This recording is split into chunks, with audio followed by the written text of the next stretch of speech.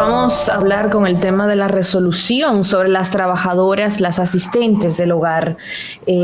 Ha ocasionado muchas reacciones, unas a favor, otras en contra, hay desconocimiento, se presumen algunos baches que quizás no estén contemplados, pero hoy vamos a abordar este tema desde la perspectiva legal y lo hacemos junto al jurista experto en derecho laboral y un colaborador de este espacio, Javier Suárez, a quien damos la bienvenida. Qué bueno tenerte de regreso, Javier. Muchas gracias, siempre un placer estar aquí con ustedes. Gracias, Javier.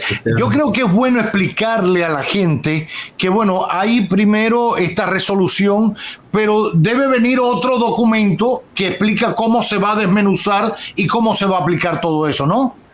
Sí, y ese documento salió el jueves también. No sé si tuviste acceso a él. Y hay una guía del trabajo doméstico. Sí, claro, la vi, exacto. Y unos videos también que han sido colgados en la página del Ministerio de Trabajo y la Presidencia también, que establecen y explican claramente cómo se va a aplicar esta resolución que dictó el Ministerio de Trabajo.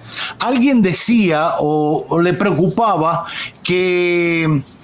bueno, hasta dónde era posible que realmente algo que funcionaba ahora de manera coloquial o de mutuo acuerdo entre la persona doméstica y los titulares de la casa, implicaba ahora que había que ir hasta el Ministerio de Trabajo, hacer un contrato, etcétera, etcétera. Es así, leí que en la guía planteaba incluso que se podía hacer de manera electrónica a través de la página. Sí, es así. Sí, evidentemente, preferiblemente lo ideal es que sea por escrito. El Ministerio de Trabajo también va a habilitar una plataforma en la página web donde usted simplemente desde su ordenador hasta de su propio celular, creo que también va a habilitar un app, usted podrá registrar su trabajadora doméstica. Es decir, yo, Juan Pérez, soy el empleador de Juana Martínez o de Juan Antonio, porque también puede ser una persona que va a deshiervar una vez al mes, por ejemplo, o una vez a la semana. Y podrá registrarlo fácil, rápidamente. No tiene que ser obligatoriamente por escrito, porque sabemos que también los contratos son verbales. Entonces, sí, como sea que usted haga el contrato, lo que sí va a tener que registrarlo en el Ministerio de Trabajo y en la Seguridad Social para que tengan acceso a ella también. Ya, a propósito, hablaste de una de los oficios que podían ser considerados como trabajos domésticos y creo que eso sería bueno precisarlo, o sea, ¿qué entra dentro de ese concepto? La señora o el señor que trabajan en la casa, porque hay personas que tienen señores que sirven de mayordomía, etcétera, una nana, un chofer, un jardinero, ¿hasta dónde llega el concepto? El concepto parte simplemente de que lo que hace el trabajador, donde lo hace, no genere lucro para la familia. Es decir, no es lo mismo una señora que haga café en mi casa de familia que haga café en mi oficina. En la oficina ya se convierte en un trabajador con todos los derechos, como pago de cesantía, de preaviso y un sinnúmero de cosas más que los trabajadores no tienen doméstico. Entonces la pequeña diferencia está en que donde se ejerce esa labor no genere lucro para la persona que le es dada. Por ejemplo, un chofer que vaya a buscar a los niños, lo lleve al colegio, lleve al señor al trabajo, a la señora a su trabajo, y haga básicamente eso, pues es un trabajador doméstico. Contrario de un mensajero, por ejemplo, por ponerlo de otra manera. Pero eso es la diferencia donde radica, que no genere lucro, que no haya un beneficio para el empleador.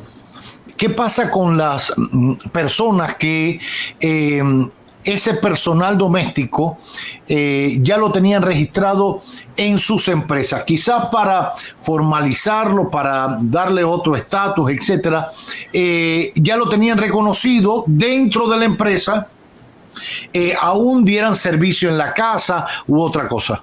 Fíjate que tú das un ejemplo muy bueno de por qué esto viene a traer, vamos a decir, ayuda a los mismos empleadores. Mucha gente lo que hacía es eso, registrarlo en sus empresas para que tengan seguro médico, tengan riesgos laborales y un sinnúmero de cosas. Pero la realidad de los hechos era que prestaban servicios en las casas de familia.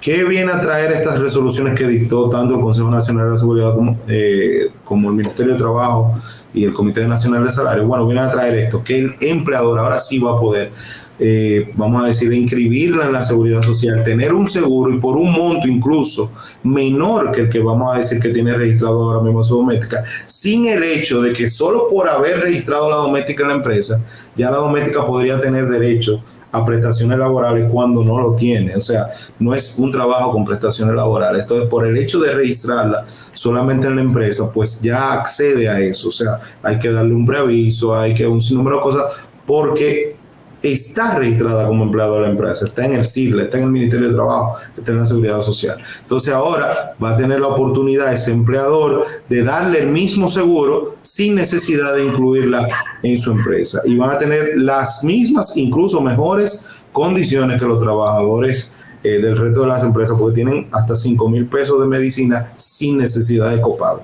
Nosotros tenemos 8,000, pero tenemos que pagar un 30% de esas medicinas que consumimos. Ahora, sí, mira, Alba. Me gustaría saber un tema que he escuchado recurrentemente, el tema de las asistentes del hogar cuando tienen dormida. ¿Cómo se calcula ese número de horas? ¿Cómo se calcularían las horas extras a partir de la resolución? Bueno, ahí la cuestión es que, como tienen un horario de trabajo establecido de 8 horas y 44 horas a la semana, lo que vamos a tener que hacer, vamos a decir, una conciliación de la vida laboral y familiar entre todos. Evidentemente, por ejemplo, disculpa que ponga tu caso, mira, sé que tiene, sí, no, adelante, no hay problema. Tiene 2 niñas, está casada, tiene tu esposo, ustedes dos, me imagino, salen en la mañana a trabajar y las niñas salen al colegio.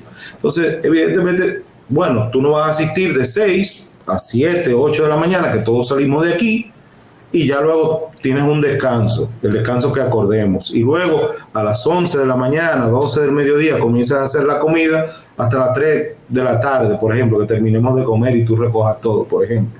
Y ya luego en la noche haces la cena con un horario X. Y las otras cuestiones como el lavado, si les conlleva, o el recoger la casa, barrer, trapear, pues se cuadran. Y hay mucho tiempo que todos lo sabemos, que hay veces que el trabajador doméstico está sentado sin hacer nada, porque primero o no hay nadie en la casa, o simplemente terminó lo que tenía que hacer. Entonces es hacer un balance entre ambas partes, ponerse de acuerdo en qué hora van a ser prestadas esas 8 horas de servicio. Y evidentemente, si nos pasamos de ahí, tenemos que pagar horas extras. Claro. Javier, okay.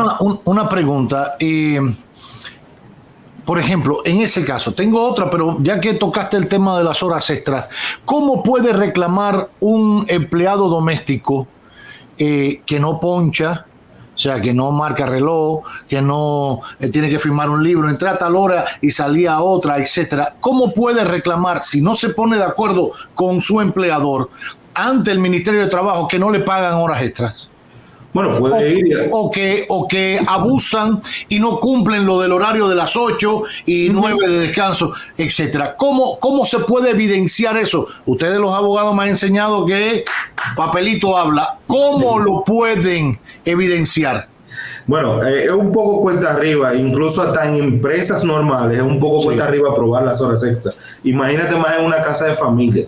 Entonces, evidentemente ahí el trabajador doméstico que se sienta, vamos a decir, vulnerado con su derecho, puede acudir a la inspección de trabajo, que se pondrá en contacto con el empleador y tratarán de buscar una solución, porque fíjate bien, esto es una casa de familia, es muy diferente a cuando estamos en una empresa, porque en una empresa ese trabajador pudiera dimitir, porque está trabajando mucho más horas extras, pero tiene que demostrarlo en un tribunal. Entonces esa es la cuestión, es muy difícil, es cuesta arriba probar esas horas extras, claro. Evidentemente al final, si a usted no le conviene esa relación de trabajo, pues usted la deja y busca otro trabajo, pero va a ser un poco complicado, sobre todo por el sitio donde se está desarrollando la relación, que es una casa de familia. Incluso hasta para el empleador probarlo, el empleador no puede llevar un testigo que sea familiar o afín. Entonces va a ser más complicado todavía aún para el empleador. Pero son las cuestiones, las particularidades que tiene la relación de trabajo doméstico. Otra pregunta. Se ha dicho que, o lo plantea la resolución, que dentro del salario, digamos, del paquete salarial de este empleado doméstico, que volvemos y reiteramos, es todo aquel oficio que no genere un beneficio para terceros o utilidades, etcétera.